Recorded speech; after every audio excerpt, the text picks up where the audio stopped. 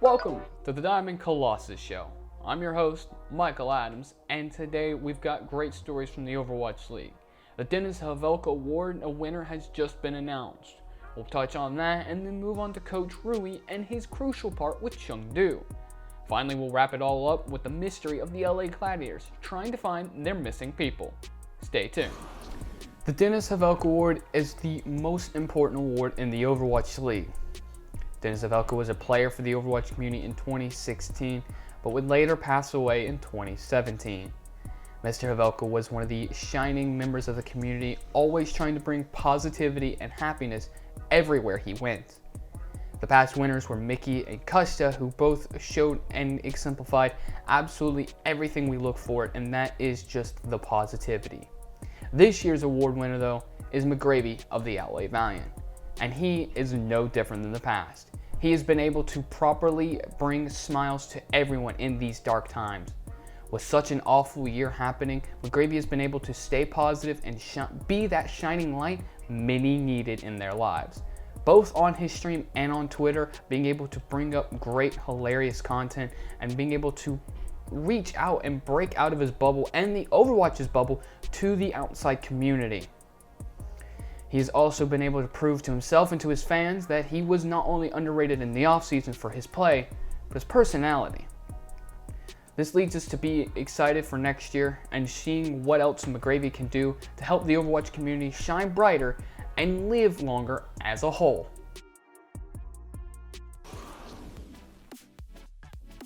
The Chengdu Hunters are one of the most entertaining and interesting teams to watch in the Overwatch League. They play a unique style, playing many things like Wrecking Ball and Genji even when the time might not call for it, going against what is considered the meta, or what many teams consider the best composition to play at a certain moment. This all is what we said about Chengdu in the 2019 season, when their head coach Rui was leading them.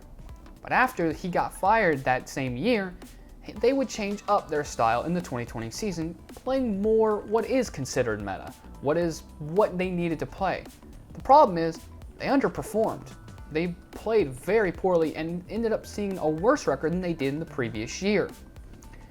Coach Rui just recently got announced as the head coach again for Chengdu coming into the 2021 season, meaning that they're probably going back to try to play more of their unique style and what they're good at instead of trying to force themselves to play meta. This is quite important since this could lead Chengdu to potentially see a better season the next following year.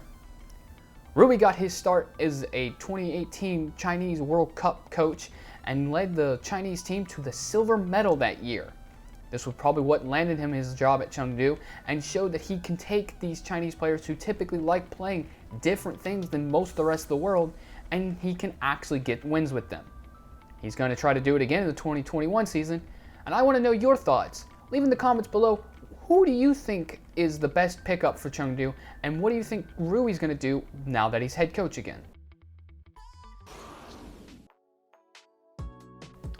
In the 2019 offseason of the Overwatch League, the LA Gladiators would make big changes. They would go into the 2020 season with a lot of hype by gaining new players like Space, OG, and Burgering. But this hype would falter and disappoint as they had a very poor season. Many fans would be upset, and we look now to this 2020 offseason as a reminder of the past, since it seems to be happening again. The LA Gladiators started off strong by announcing Jaru, Bishu, and LH Cloudy have all been let go from their roster. These are not coming as a shock, since they were mostly bench players and players that didn't see a whole lot of playtime. But where everyone did get shocked was when they announced Big Goose and Shaz would also be leaving. This was the Finnish duo that has been in the backline for them since their inaugural season in 2018. They've played with this squad for 3 years and were some of the only pieces that returned from their 2019 roster. Because of this, they did see poor results and was probably the reason why they were the first on the chopping block. Now, Big Goose and Shaz did say that Big Goose would be retiring and Shaz would be taking some time off, so it does seem a mutual benefactor for both parties, but it does make us question towards the future. The last release has been an assistant coach in Curryshot, who was also just picked up in the previous offseason, showing us that everyone can be let go. No one is safe.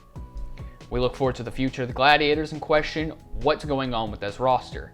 If no one else gets released, at least we will know who our tanks and DPS for this coming season are, but we don't know about our supports.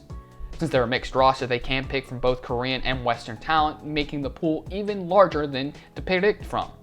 But it is very much the biggest question of how they will perform the next season. Many people think that this roster still has potential, but with these supports changing, we don't know how that's going to happen, and many people might have lost their faith.